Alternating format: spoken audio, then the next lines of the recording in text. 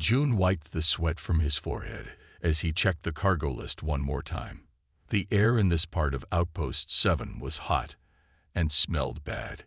His ship, the Star Runner *, had landed 3 hours ago to deliver food and medicine to this space station at the edge of human space. Just 2 more crates and we're done, he said to himself. June was tall for a man with Korean roots, with short black hair and tired eyes. At 32, he had spent 10 years flying cargo ships through the stars. It wasn't exciting work, but it paid the bills. He turned a corner and stopped. Instead of the empty hallway he expected, he saw a crowd of aliens. They were pushing and shoving to see something in the middle of a large room. "What's going on?" he asked a nearby human, a thin man with a datapad. "Slave auction," the man said without looking up. "Happens every month here." June felt his stomach tighten. Slave auction. But that's illegal in human space. The man laughed. "We're not really in human space anymore, buddy. Out here, the rules are different." Curious and troubled, June moved closer to see. He knew he should turn around and finish his work, but something pulled him forward. The room was filled with aliens of many kinds. Some looked almost human, while others were completely strange. Creatures with scales, extra arms, or glowing skin. At the center was a raised platform where aliens stood in chains. Next up, called a large purple alien with 4 arms, a female Terry, captured from a science vessel. Good health, no damage. Guards pushed forward a slender alien woman. Her skin was pale blue, almost glowing in the dim light. She had no hair, but her head was marked with silvery patterns that seemed to shift like flowing water. Her eyes were large and completely black, with no whites at all. She wore a simple gray outfit that hung from her thin shoulders. June couldn't look away.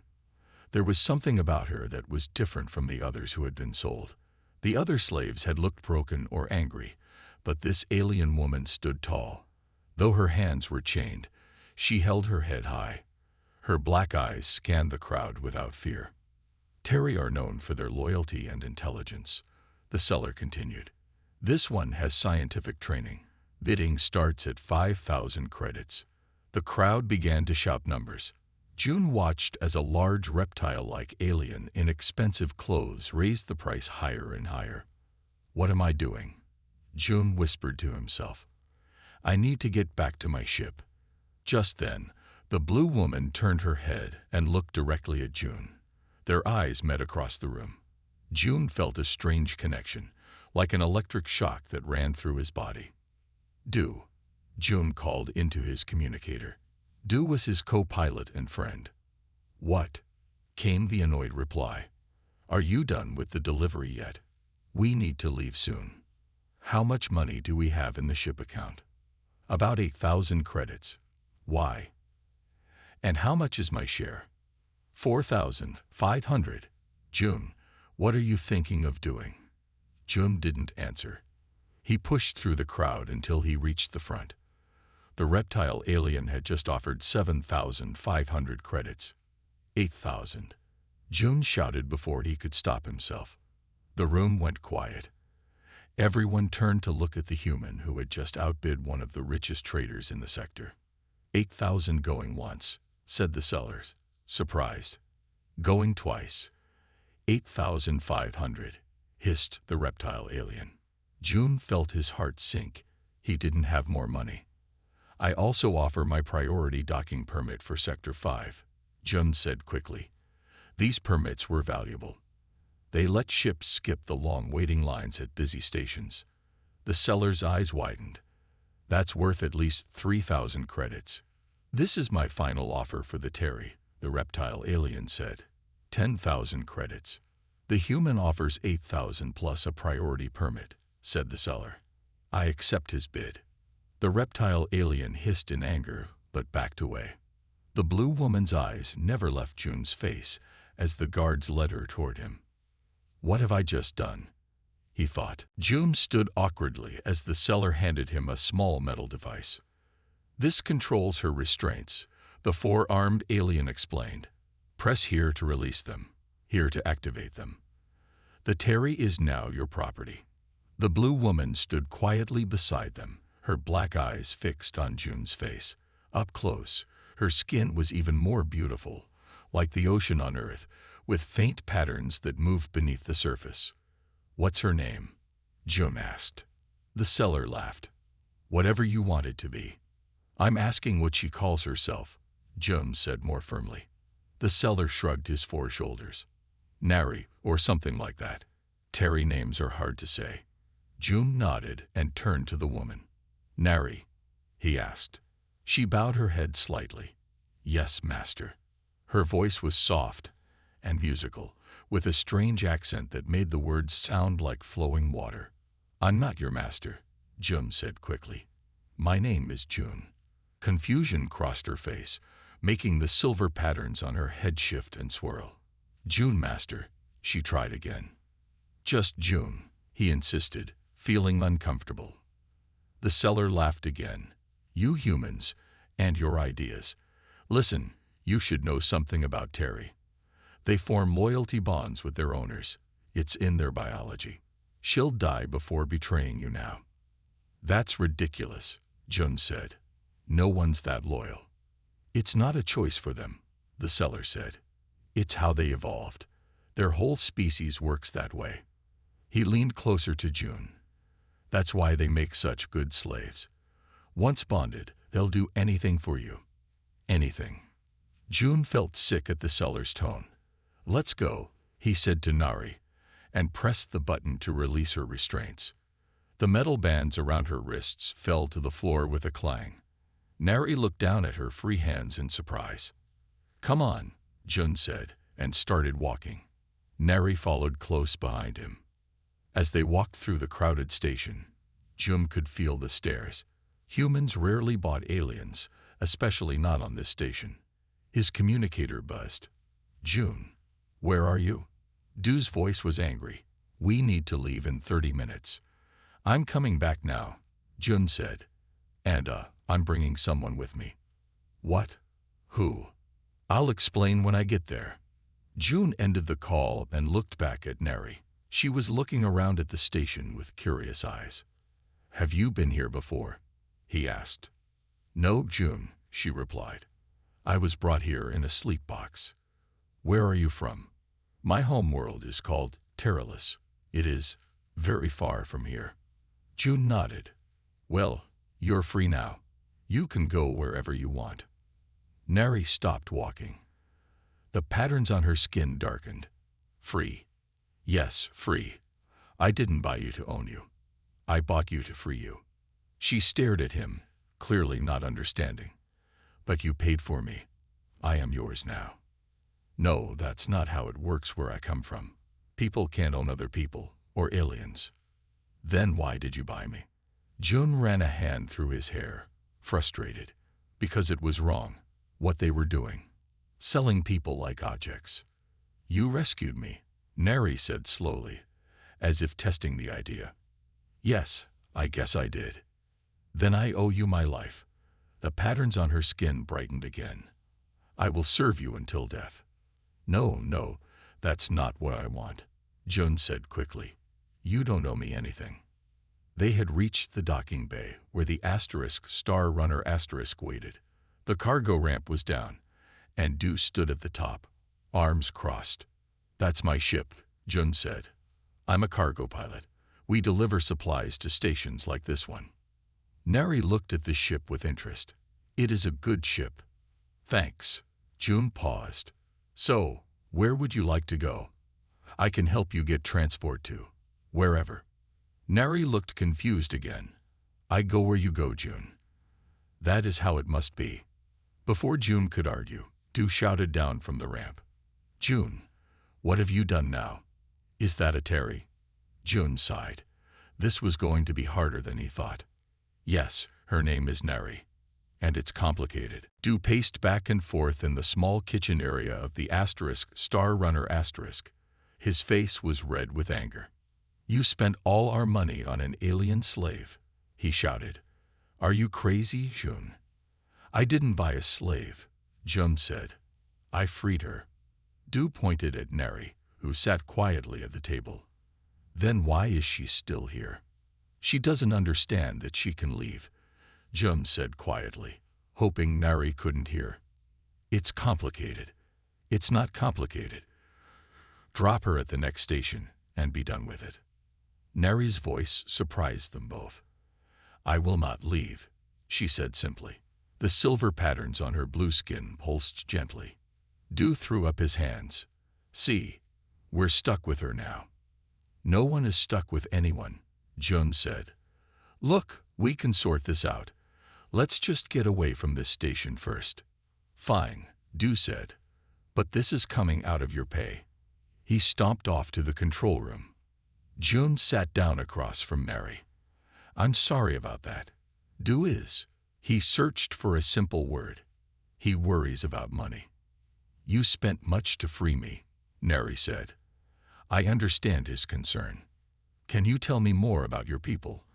The seller said something about loyalty bonds. Neri's black eyes seemed to grow deeper. Yes, it is our way. The Terry cannot survive alone. We must form bonds. Like friendship. Deeper. More like. She paused, searching for words in the human language. Like your body parts need each other. Your hand needs your arm. Your heart needs your blood. But people can live independently, Jun said. We don't need to belong to others. Neri shook her head, the patterns on her skin darkening. Terry are not like humans. Long ago, my people evolved to share their minds with another species on our world. When that species died out, we learned to bond with each other. Now, we can bond with other intelligent beings too. And if you don't bond, we grow sick. Our minds break. We die. She said this without sadness, just stating a fact. Jun felt a heavy weight in his stomach. So when I bought you, you became my anchor, Neri finished, the center of my bond. I didn't mean to trap you like this, Jun said. Neri smiled for the first time. Her face transformed, becoming almost beautiful despite its alienness. It is not a trap to me. It is life. The ship trembled as the engine started. Through the small window, Jun could see the station growing smaller as they pulled away. What were you before? He asked. The seller said you were on a science vessel. I was a researcher. I studied space phenomena, the places where space bends and folds. Like wormholes. Yes, her patterns brightened. You understand. A little. I'm just a cargo pilot.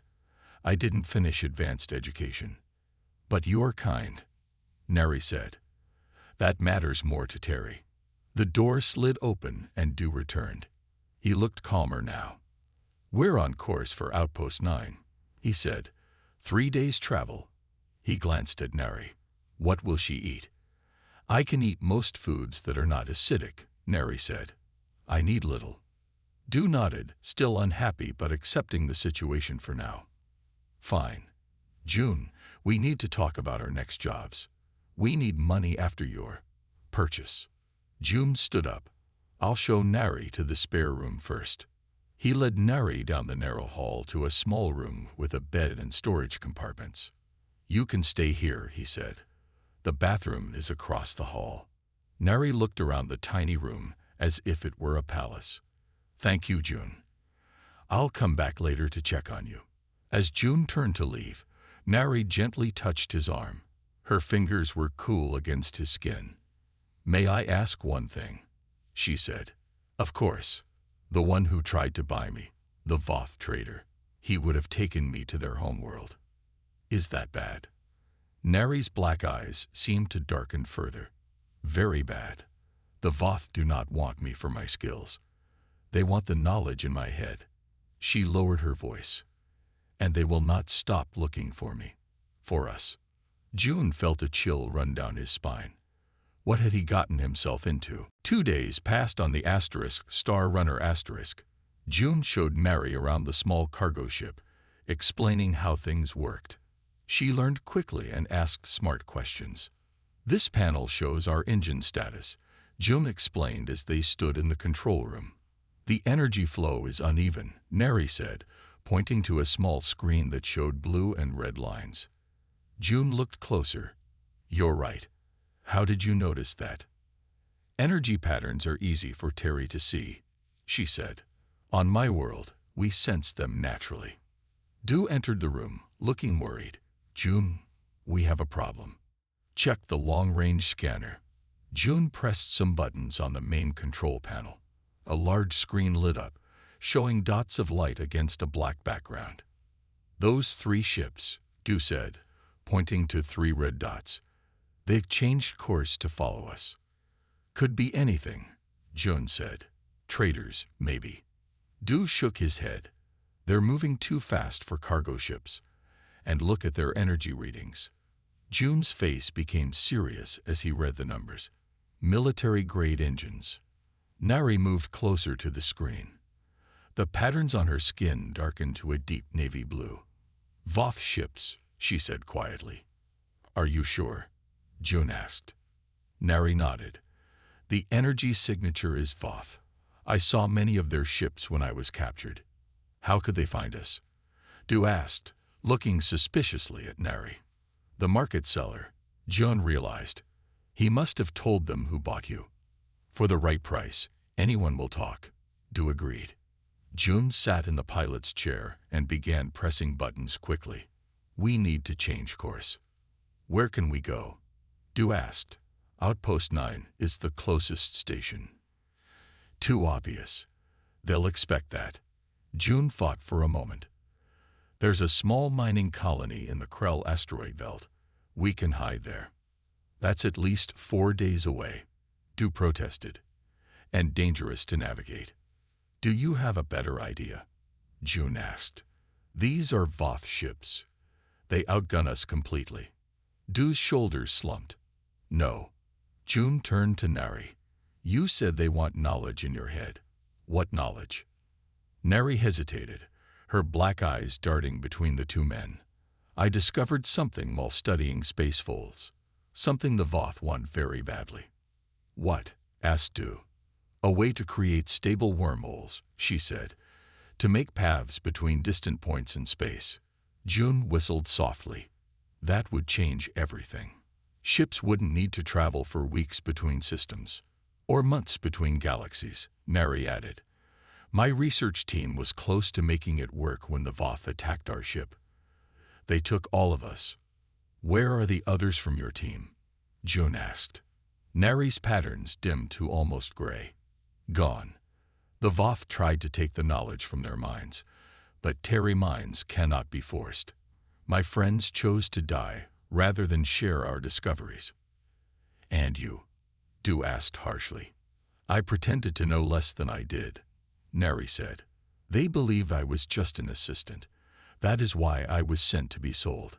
The ship's alarm began to sound, a high piercing noise.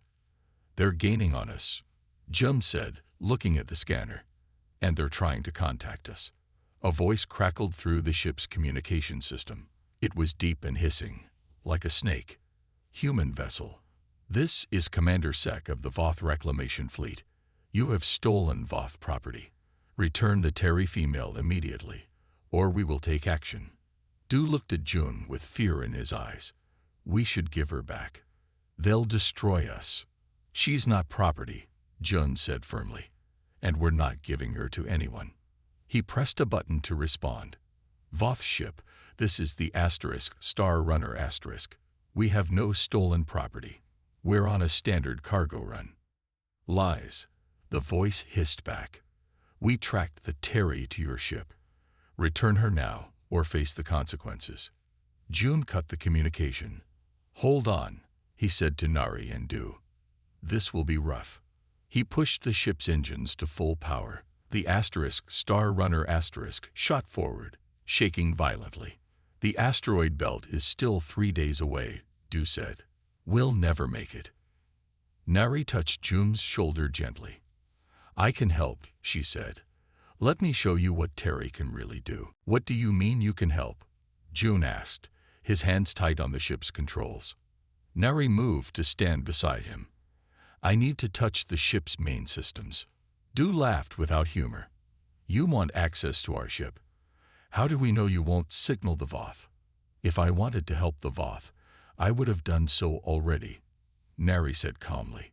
Please, we don't have much time. June looked at her, then at the screen showing the Voth ships gaining on them. Do it, he decided. June, Du protested. We have no choice, June said. We can't outrun them. Nari placed her blue hands on the control panel. The silver patterns on her skin began to glow brighter, pulsing with light. Her black eyes closed in concentration. At first, nothing happened. Then, the ship's lights flickered. The engine sound changed, becoming smoother and deeper. What's happening? Du asked, looking around nervously.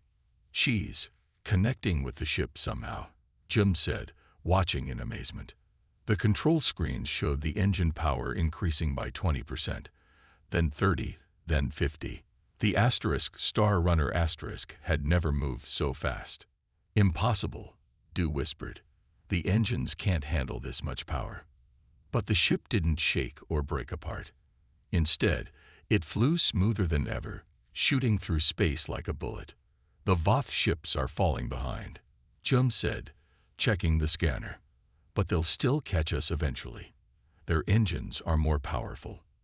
Neri opened her eyes. There's a small asteroid field ahead. Can we reach it? June checked the navigation system. Yes, in about 20 minutes. But it's dangerous. The rocks are moving fast and unpredictably. Good, Neri said, surprising both men. Head there. The asterisk star runner asterisk raced toward the asteroid field. Behind them, the Voth ships adjusted course to follow. What's your plan? June asked Neri. Terry can sense energy flows and patterns, she explained. We can also change them a little. I can help you see paths through the asteroids that the Voth cannot follow. Like a sixth sense? June asked. Yes, Neri said, but I need to connect with you to share it. Du looked alarmed. Connect? What does that mean? A temporary bond, Neri said. I can share my perception with June, so he can pilot through the asteroids safely. Will it hurt? June asked. No, Neri said, but it will feel strange. The ship's alarm sounded again.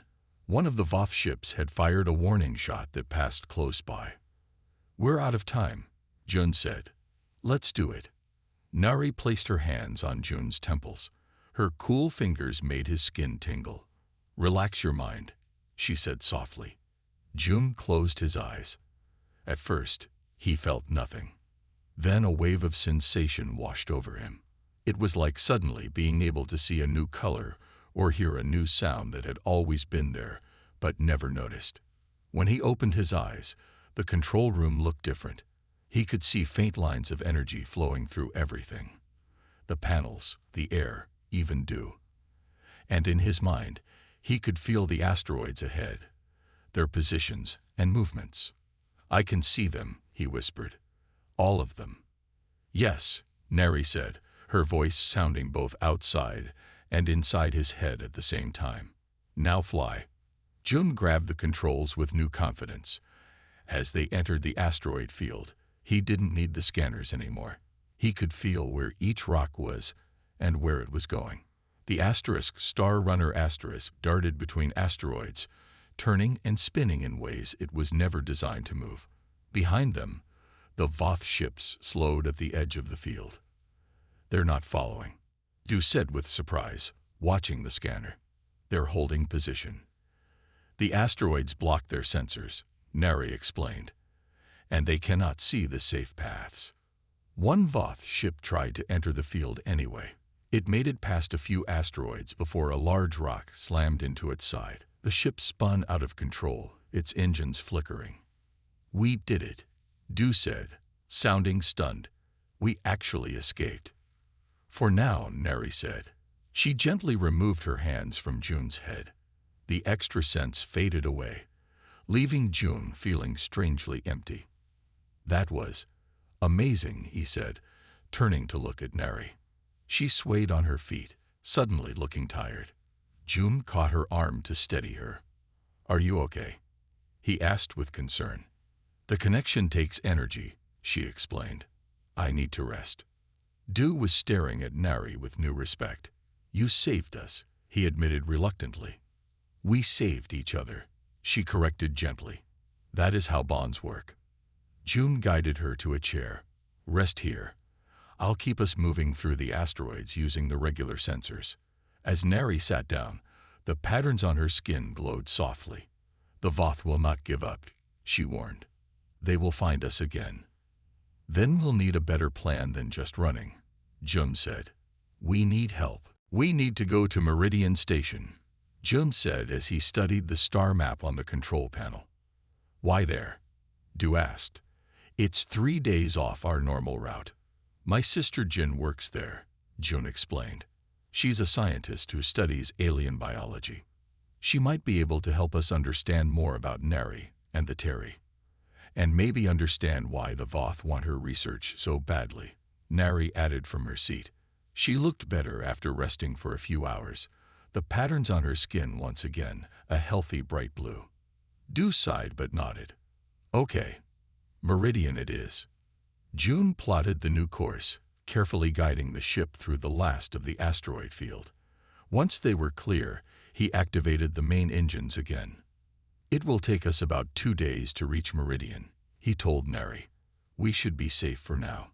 The Voth will need time to repair their damaged ship." "And the other 2 ships?" Nari asked.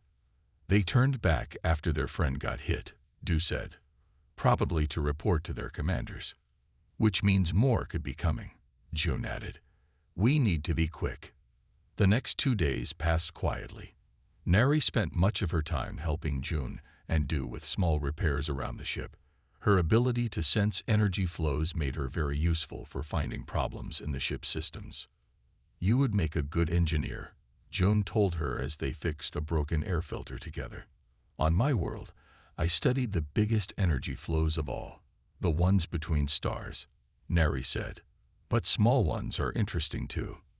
"Is that how you discovered how to make wormholes?" Nari nodded. "Space itself has energy patterns. If you understand them, you can fold space like paper." "That's hard for me to imagine," June admitted. "Maybe I can show you someday," Nari said with a small smile. June felt a strange warmth in his chest at her words. He was starting to enjoy having her aboard. Finally, they reached Meridian Station. It was much larger than Outpost 7, with hundreds of ships docked at its many ports. The station was built by humans, but now housed many different alien species. After they docked, Jum contacted his sister. Jin agreed to meet them at a quiet cafe near the science section of the station. "Be careful what you say in public," Jun warned Nari as they walked through the busy station halls. "We don't know if the Voth have spies here."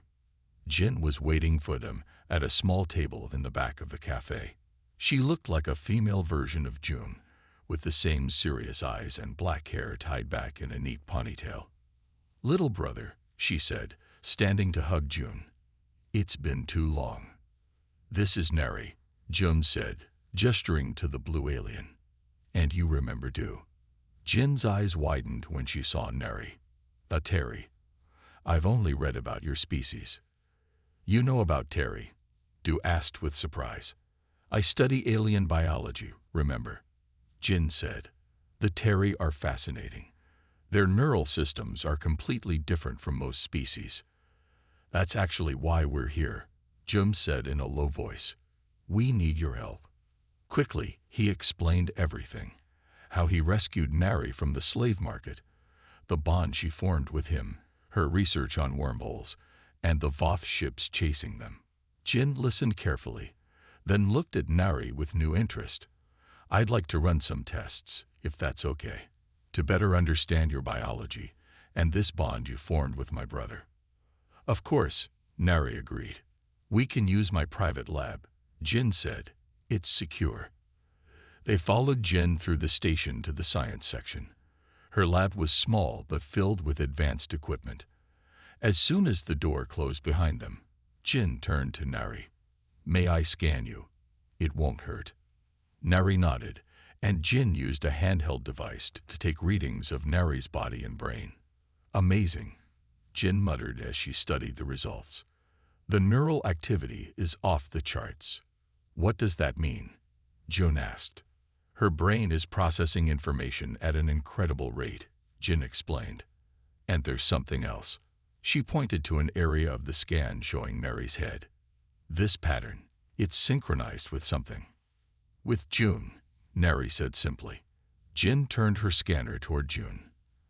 After a moment, she gasped. She's right. Your brainwave patterns are starting to align. The bond is physical, not just cultural. Is that dangerous? Du asked. Jin's face became serious. It could be. If the bond becomes too strong and then breaks suddenly, it could hurt both of them, especially Nari. You mean if I died? Jun asked. Or if you were separated by force, Jin said, which is what the Voth might try to do. Then we must not let them find us, Nari said, the patterns on her skin darkening with worry.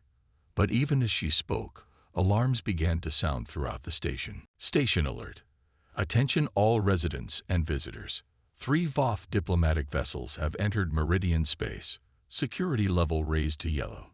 Please remain calm and continue normal activities. The announcement repeated in several languages as Jun, Nari, Du, and Jin looked at each other with worry. They found us, Du said, his face pale. How? They must have tracked our ship somehow, Jun said. Jin moved quickly to her computer. Let me check the station feeds. Her fingers flew across the screen. The Voth are requesting permission to dock. They claim to be on a diplomatic mission. Diplomatic. Du laughed without humor. They want Nari, not diplomacy. They won't admit that, Jin said.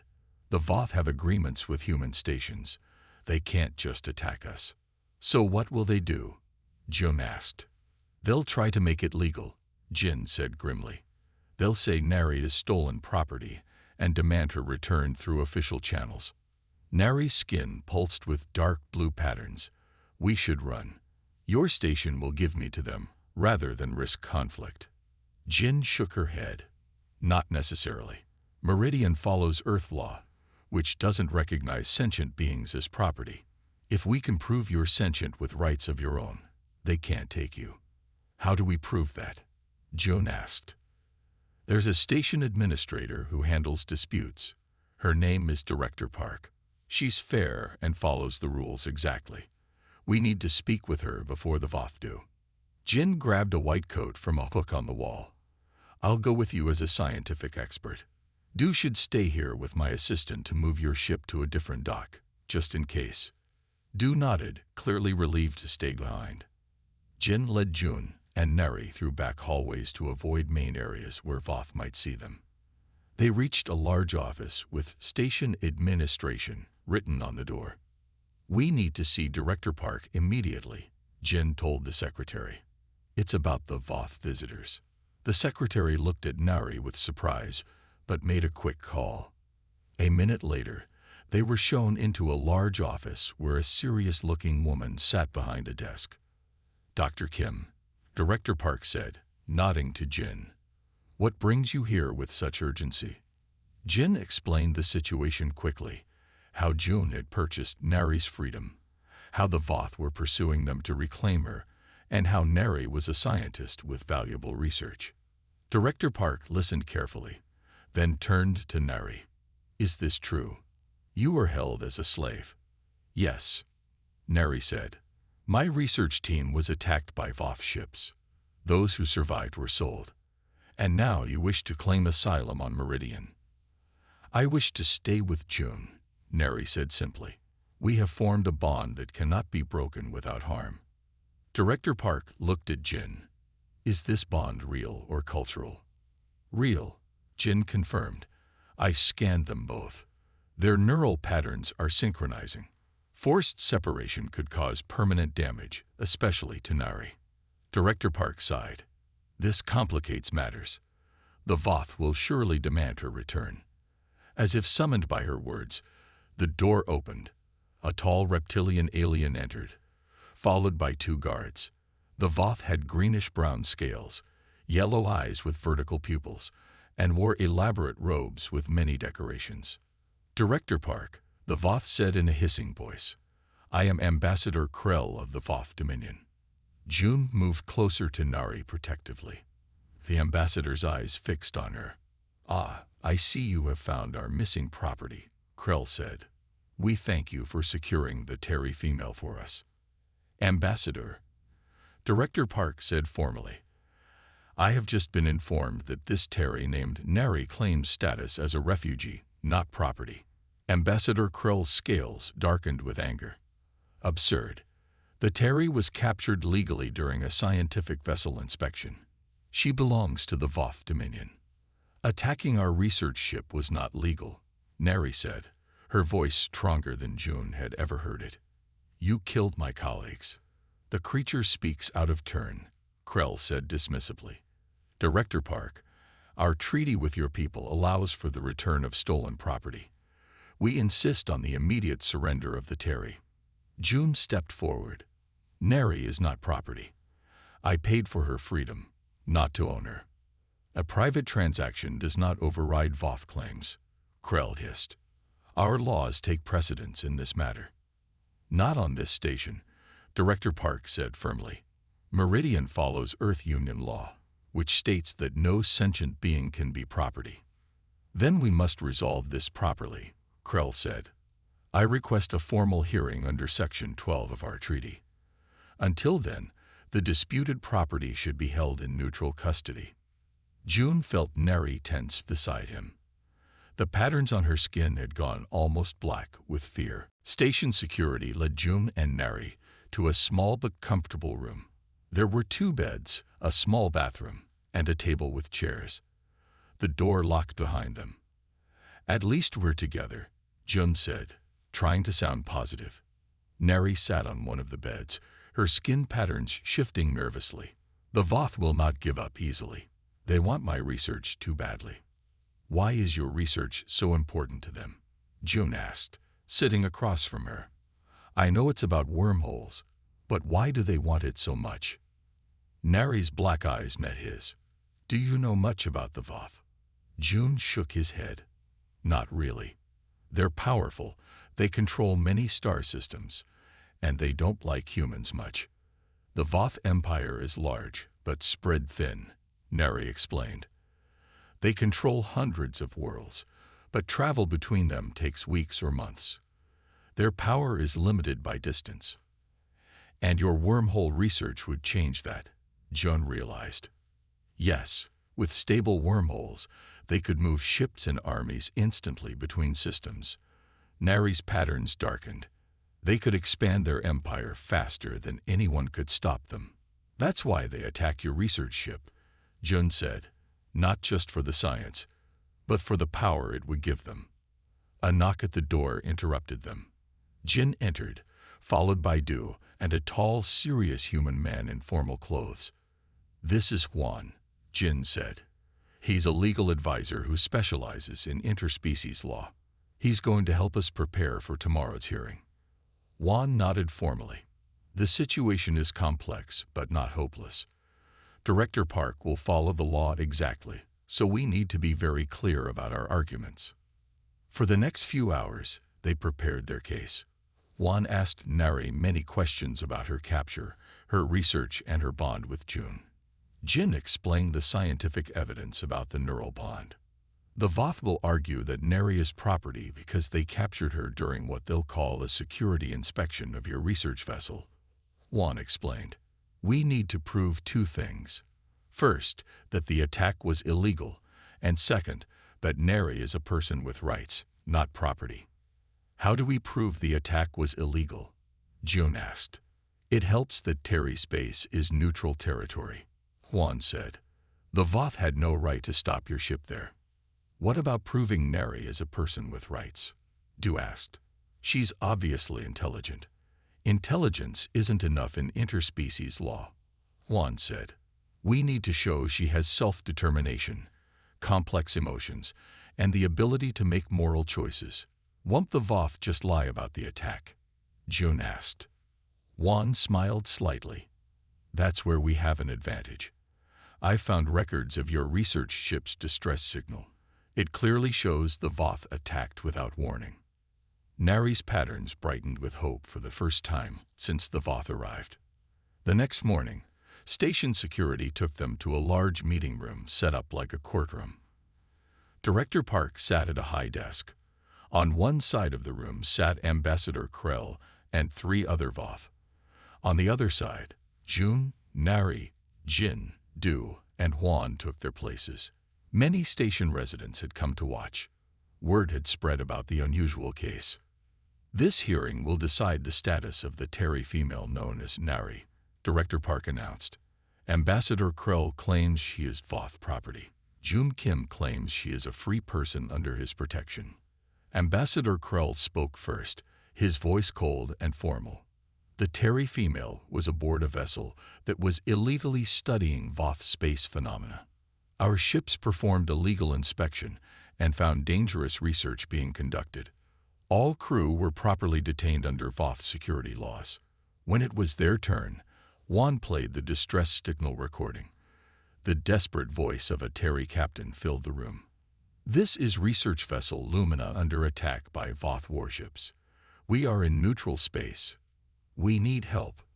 The recording made a strong impression. Even Director Park looked troubled. After that, Jin explained the neural bond between June and Nari, showing scans as evidence. Forced separation would cause severe trauma to both individuals, Jin concluded, particularly to Nari. Finally, Nari herself spoke. Her voice was clear and strong as she described her research, the attack on her ship, and her time as a captive. I chose to bond with June because he showed kindness when others showed cruelty, she said. The bond is my choice, the first free choice I was allowed to make after my capture. Ambassador Krell's scales darkened with anger as he listened. When Nari finished, he stood suddenly. Enough of this deception, he hissed. The true issue is not this creature's status. It is what she knows. He pointed a clawed finger at Nari. This Terry possesses research that threatens galactic security. Her wormhole technology would destabilize the power balance between civilizations. Director Park's expression became stern as she looked at Ambassador Krell. This changes the nature of our hearing entirely, she said. You claimed rights to a person as property, but your real goal is military technology. Krell's scales flushed a dark green. The technology belongs to the Voth, regardless of who developed it. The security of the galaxy demands it remain in proper hands. My research does not belong to those who murdered my colleagues, Nari said, her voice steady despite her fear. The patterns on her skin pulsed with determination. Director Park nodded. I am ready to make my decision. Based on the evidence presented, I find that the Terry known as Nari is a sentient being with full rights under Earth Union law. She cannot be claimed as property by any party. Relief washed over June's face.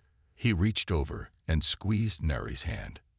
Furthermore, Director Park continued, the distress call clearly shows the Voth vessels attacked a research ship in neutral space, which is a violation of galactic treaties. The capture and enslavement of the crew was therefore illegal. Ambassador Krell stood up, his tall form looming over the table. You make a grave mistake, Director. The Voth Dominion will not accept this ruling. You have no choice, Director Park said calmly. Meridian Station is under Earth Union jurisdiction. While here, you must follow our laws. Nari is free to go where she wishes. This is not over, Krell hissed. That research is too dangerous to leave in the hands of a Terry or humans. He turned and stormed out, his aides hurrying after him. What happens now? June asked when the Voth had left. They'll just keep hunting us. Director Park looked troubled. You're right. The Voth rarely give up once they set their minds on something.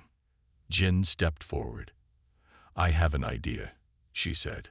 What if we shared Nari's research with the Earth Union Science Council?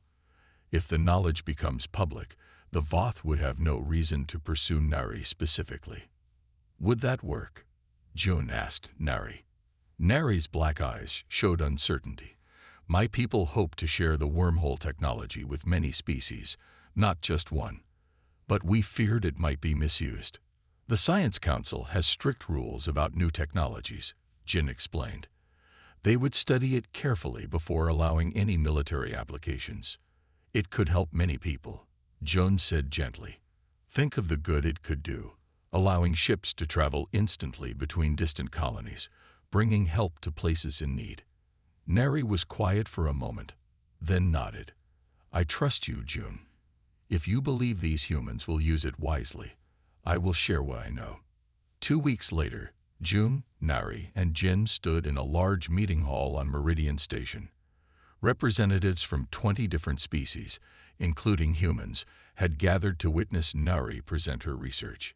Even some Terry had arrived, having heard the news about one of their scientists being freed from Voth captivity. By sharing this knowledge with all species equally, Nari said as she finished her presentation, no one gains an unfair advantage. The wormhole technology belongs to everyone or no one. The crowd applauded. The Earth Union representatives announced that an interspecies committee would be formed to study and implement the technology safely. A Voth diplomatic ship had remained at the station, observing from a distance. Now that the knowledge was public, they could not risk attacking without facing united opposition from multiple species. That evening, June and Neri stood at a viewing window, looking out at the stars. What will you do now? June asked her. You could go back to your people if you wanted. Neri turned to him, the patterns on her blue skin forming beautiful, complex designs. The bond between us is permanent, June. Where you go, I go. She paused. Unless you wish to break it. No, June said quickly. I just wanted you to know you have a choice. I made my choice when I first saw you at the slave market, Neri said. I sensed something in you. Kindness, courage. Now I know I was right. June smiled. I'm just a cargo pilot. Not very important or special. You changed the galaxy, Neri reminded him. Without you, the wormhole technology might have become a weapon of war. Now it will help bring species together. We did that together, Jun said. He hesitated, then asked, would you come with me on the Star Runner *? Du and I are still cargo pilots. It's not exciting work. With wormhole technology, you could deliver cargo across the galaxy in days instead of months, Neri said, her eyes shining. I think that would be very exciting. Jin joined them at the window. The Science Council wants to speak with both of you, she said. They're proposing a new program, Human-Terry Partnerships, to study space phenomena together. They think your bond might be the first of many beneficial connections between our species. What do you think? June asked Nari.